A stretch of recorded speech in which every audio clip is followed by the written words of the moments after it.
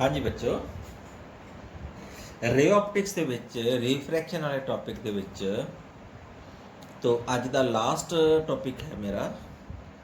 तो last video lecture ਦੇ ਵਿੱਚ ਆਪਾਂ ਲੈਂਸ ਮੇਕਰ ਫਾਰਮੂਲਾ ਪੜਿਆ, ਬਹੁਤ ਇੰਪੋਰਟੈਂਟ, ਵੈਰੀ ਇੰਪੋਰਟੈਂਟ, ਮੈਂ ਫਿਰ ਕਹਿ ਰਿਹਾ।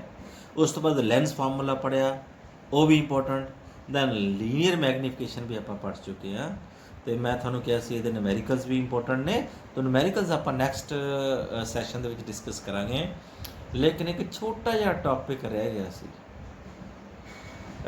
एग्जाम ਦੇ ਵਿੱਚ ਤਾਂ ਨਹੀਂ, but knowledge point of view ਨਾਲ ਤੁਹਾਡੇ ਵਾਸਤੇ ਇੰਪੋਰਟੈਂਟ ਹੈ ਕਿ ਜਸਟ ਮੈਂ ਇਹ ਦਿਖਾਣਾ ਚਾਹੁੰਦਾ ਕਿ ਆਬਜੈਕਟ ਕਿੱਥੇ ਹੈ, ਕਨਵੈਕਸ ਲੈਂਸ ਦੇ ਵਿੱਚ, ਕਨਕੇਵ ਲੈਂਸ ਦੇ ਵਿੱਚ ਕਿੱਥੇ ਇਮੇਜ ਬਣਦੀ ਹੈ ਨਾ, ਕੀ ਮੈਥਡ ਹੈ, ਕੀ ਮਤਲਬ ਕਿਸ ਤਰ੍ਹਾਂ ਆਪਾਂ ਇਮੇਜ ਪਤਾ ਲਾ ਸਕਦੇ ਹਾਂ। Image formed by convex lens. ਸਭ ਤੋਂ ਪਹਿਲਾਂ ਰਾਈਟ, ਸਭ ਤੋਂ ਪਹਿਲਾਂ when object is at infinity, अपना ऑब्जेक्ट कितने है इनफिनिटी ते, तो इमेज कितने बनेगी। डायग्राम थोड़े सामने बनाई भी मैं पहला थोड़े सामने शो ही करनी है। ओके आ देखो, ये थोड़े सामने मैं लेंस दिखाया है बच्चा। आ प्रिंसिपल एक्सिस है, this one is principal axis. हुन व्हेन रेज आह रेज ने parallel to the principal axis, after refraction rule है ਜਿਹੜੀਆਂ rays parallel to principal axis ਹੈ, ਰੀਫਰੈਕਸ਼ਨ ਤੋਂ ਬਾਅਦ ਫੋਕਸ ਤੋਂ ਲੰਘਦੀਆਂ। ਹੁਣ ਆ ਵੀ ਫੋਕਸ ਤੋਂ ਲੰਘੇਗੀ, ਆ ਵੀ ਫੋਕਸ ਤੋਂ ਲੰਘੇਗੀ। ਕਿਉਂ? ਕਿਉਂਕਿ ਆਬਜੈਕਟ ਕਿੱਥੇ ਹੈ, ਐਟ ਇਨਫਿਨਿਟੀ। ਜਦੋਂ ਆਬਜੈਕਟ ਇਨਫਿਨਿਟੀ ਆ, ਆਬਜੈਕਟ ਤੋਂ ਆਉਣ ਵਾਲੀਆਂ ਰੇਜ਼ ਵੀ ਪੈਰਲਲ ਹੋਣਗੀਆਂ, ਤਾਂ ਪੈਰਲਲ ਤੋਂ ਬਾਅਦ ਕਿੱਥੇ ਮਿਟ ਕਰਨਗੀਆਂ, ਫੋਕਸ ਤੇ। ਤਾਂ ਇਮੇਜ ਕਿੱਥੇ ਬਣ ਰਹੀ ਹੈ ਬੱਚੋ, ਤੁਹਾਡੇ ਸਾਹਮਣੇ ਹੈ। image formation is at focus। तो थोड़े सामने इतने इमेज मैं स्क्रीन बनावांगा, फोकस से स्क्रीन रखांगा तो इतने इमेज बनेगी। What is the size of the image, size भी इंपॉर्टेंट है। थोड़े सामने है बच्चों point size, image is point size, बिंदु साइज की इमेज बनेगी, मतलब बहुत छोटी। मीनस इतने बहुत ਵੱਡੇ ਸਾਈਜ਼ ਦੇ ਮਤਲਬ ਪੇੜ ਪੌਦੇ ਜਾਂ ਬਿਲਡਿੰਗ ਹੈ, ਤੇ ਤੁਸੀਂ ਲੈਂਸ ਦੇ ਨਾਲ ਸਾਹਮਣੇ ਸਕਰੀਨ ਤੇ ਕੰਨ ਤੇ ਤੁਸੀਂ ਦੇਖੋਗੇ ਛੋਟੇ ਜਿਹੇ ਏਡੇ ਸਾਈਜ਼ ਦੇ ਪੇੜ ਪੌਦੇ ਬਣ ਗਏ। ਆ ਕੰਪੈਰੀਟਿਵਲੀ ਤਾਂ ਇਹ ਪੁਆਇੰਟ ਸਾਈਜ਼ ਹੀ ਹੋ ਗਿਆ। ਪਹਿਲਾ ਆਬਜੈਕਟ, ਇਹ ਪਹਿਲੀ ਇਮੇਜ ਫਾਰਮੇਸ਼ਨ ਹੈ। When object is at infinity, image formed at focus, image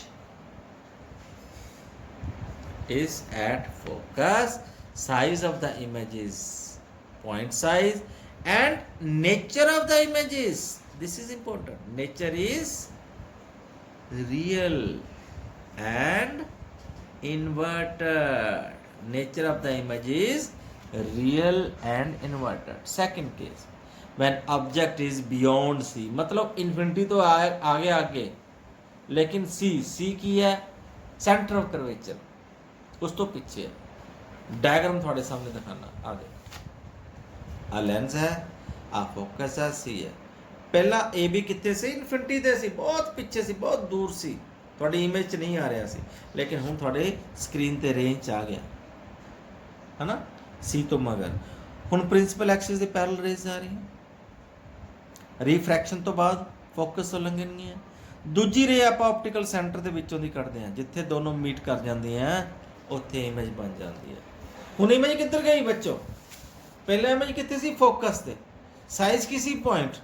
ਹੁਣ ਇਮੇਜ ਫੋਕਸ ਤੋਂ ਪਿਛਾਂ ਚਲੇਗੀ, ਪਿੱਛੇ, ਇੱਥੇ ਫੋਕਸ ਹੈ, ਪਿੱਛੇ ਚਲੇਗੀ। ਸਾਈਜ਼ ਪੁਆਇੰਟ ਨਹੀਂ ਰਿਹਾ, ਹੁਣ ਪੁਆਇੰਟ ਥੋੜਾ ਵੱਡਾ ਹੋ ਗਿਆ, ਲੇਕਿਨ ਤੁਸੀਂ ਦੇਖੋ ਆਬਜੈਕਟ ਨਾਲੋਂ ਛੋਟਾ ਹੈ। ਆਪਾਂ ਮੈਗਨੀਫਿਕੇਸ਼ਨ ਪੜ੍ਹੀ ਹੈ, ਇਸ ਕੇਸ 'ਚ ਮੈਗਨੀਫਿਕੇਸ਼ਨ ਕਿਆ ਹੈ, less than 1, right? This is h2, this is sorry h2, this is h1। तो जी मैग्नीफिकेशन है, मैग्नीफिकेशन आप पढ़िया h2 upon h1, that is less than 1, क्योंकि h2 the height of the image is less than the height of the object। तो what is the nature of the image? तो we'll write nature of the image is real and inverted. बच्चों ये तो अखा बंद करके लिखना है, रियल नाल इन्वर्टेड। लेकिन m is less than 1, second case की लिखना है इत्थे मैग्नीफिकेशन जिहड़ा है लैस दैन 1 मतलब पॉइंट तो थोड़ी वड्डी होगी फोकस ते सी दे विचकार बनेगी लेकिन साइज जिहड़ा है वो ऑब्जेक्ट के साइज नालों छोटा है। ये दो केस। तीजा case when object is at C, पहला सी सी तो पिछे हुण सी दे उत्ते आ गया। लेट अस सी इमेज कित्थे बनदी बच्चों, हुण पहला पिछे सी तो ਜਦੋਂ ਇਨਫਿਨਿਟੀ ਤੇ ਸੀ ਇਮੇਜ ਫੋਕਸ ਤੇ ਬਣੀ ਪੁਆਇੰਟ ਸਾਈਜ਼ ਦੀ ਬਣੀ। ਹੁਣ ਜਦੋਂ ਸੀ ਦੇ ਨੇੜੇ ਆ ਰਿਹਾ ਇਮੇਜ ਫੋਕਸ ਤੋਂ ਪਿੱਛੇ ਜਾ ਰਹੀ ਸੀ, ਸੀ ਵੱਲ ਨੂੰ ਜਾ ਰਹੀ ਸੀ। ਜਦੋਂ ਸੀ ਤੇ ਆ ਗਿਆ ਤੇ ਇਮੇਜ ਵੀ ਸੀ ਤੇ ਆ ਗਈ। ਦੇਖੋ ਧਿਆਨ ਨਾਲ ਸੀ ਦੇ ਉੱਤੇ। ਹੁਣ ਇੱਥੇ ਮੈਗਨੀਫਿਕੇਸ਼ਨ ਮੈਂ ਕਿਆ ਲਿਖਾਂਗਾ 1 ਕਿਉਂਕਿ ਉਨੇ ਸਾਈਜ਼ ਦੀ ਹੋਏਗੀ ਜਿੰਨਾ H2 ਹੈ ਉਨਾ ਹੀ H1 ਹੈ। मीनस H2 is equal to H1 ताई मैग्नीफिकेशन 1 की थां ते -1 लिखा ज़्यादा बैटर है। क्यों? क्योंकि इन्वर्टेड है। नेचर ऑफ द इमेज क्या है? Real and inverted. इमेज हजे भी पुठी है, रियल एंड इन्वर्टेड है, लेकिन मैग्नीफिकेशन -1 मीनस कि उन्ने साइज की इमेज बनेगी जिन्ने साइज की ऑब्जेक्ट है। देखो जो ऑब्जेक्ट इनफिनिटी ते सी इमेज फोकस से बनी पॉइंट साइज दी सी। ऑब्जेक्ट इनफिनिटी तो अगे नूं आई सी बट सी ते पिछे पिछे सी इमेज का साइज बड़ा होने लग गया, फोकस तो पिछे जान लग गया। जिमें ऑब्जेक्ट सी ते आई इमेज भी सी ते पहुँच गई, इमेज बराबर हो गई। हुण अगला केस तुसीं इमेजिन कर सकते हो किहड़ा? ऑब्जेक्ट जदों सी ते एफ दे विच जाएगी इमेज कित्थे जानी चाहिए है? सी दे पिछे। तो मैग्नीफिकेशन होने वड्डी होनी चाहिए। Let us see when object is between C and F तो इमेज कित्थे जा रही है? देखो ध्यान, ऑब्जेक्ट कित्थे आ गई? सी एंड एफ ते। इमेज कित्थे जाएगी? सी तो पिछे। लेकिन थोड़े सामने क्लीयर है डायग्राम दे विच कि मैग्नीफिकेशन इत्थे क्या होगी? Greater than 1। लेकिन हजे भी नेगेटिव है। क्यों? नेचर ऑफ द इत्थे मैं लिखांगा H2 is now greater than H1। Ah H2 है, यह H1 है। ये जी H2 है मीनस इमेज की जरा साइज है और ऑब्जेक्ट के साइज नालों वड्डा हो गया। H2 is greater than H1।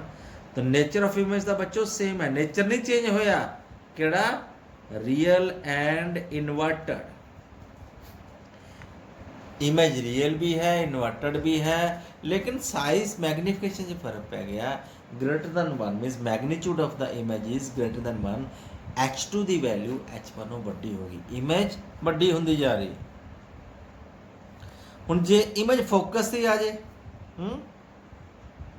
तो मैं बनाया इन्होंने डायग्राम। लेट अस सी जे इमेज फोकस से आ जाए फिर नेचर ऑफ द इमेज क्या होएगी?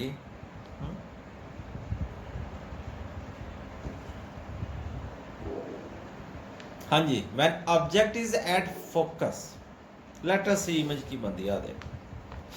हुण इमेज खुद फोकस से आ गया है ना।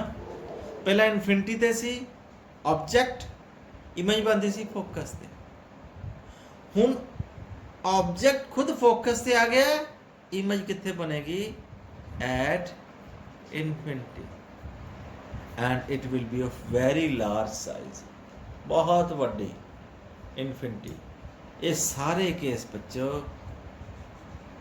रियल एंड इन्वर्टेड इमेज दे, रियल एंड इन्वर्टेड इमेज दे। आ भी रियल एंड इन्वर्टेड इमेज दे। बेशक इनफिनिटी ते इमेज बन रही है लेकिन फिर भी रियल एंड इन्वर्टेड इमेज है।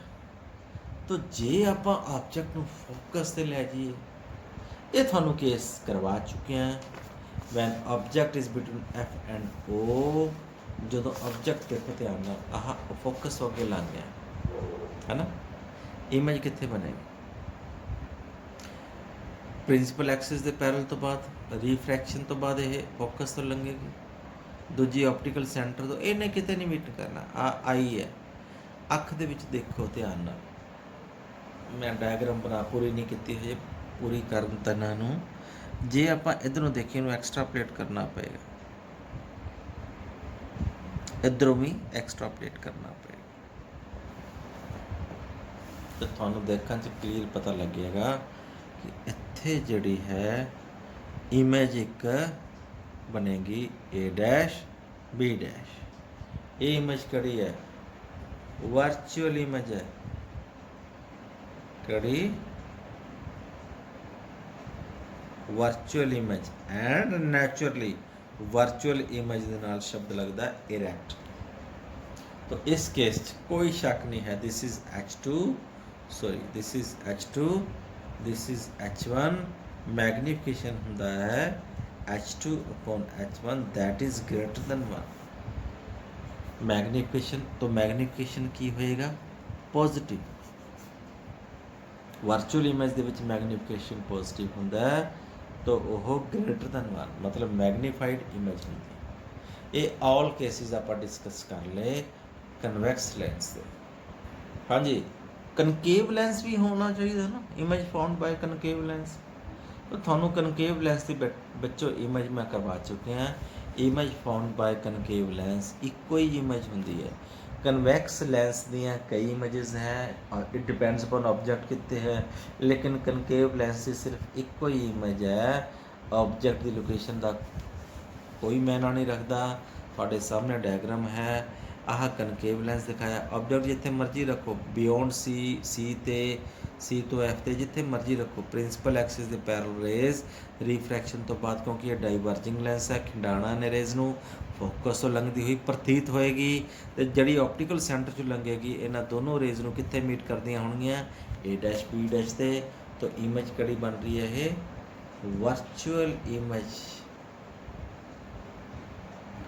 Virtual image naturally erect image virtual and erect. Magnification बच्चों नो डाउट पॉजिटिव होएगा क्योंकि H2 अपॉन H1 दोनों ही पॉजिटिव है। This one is H2 this one is H1, लेकिन जड़ी मैं गल कहना चाहना हो मैग्नीफिकेशन इज़ लैस दैन 1। इत्थे जिथे मर्जी ऑब्जेक्ट होवे लेकिन इमेज छोटे साइज की बने कनकेव लेंस दे विच।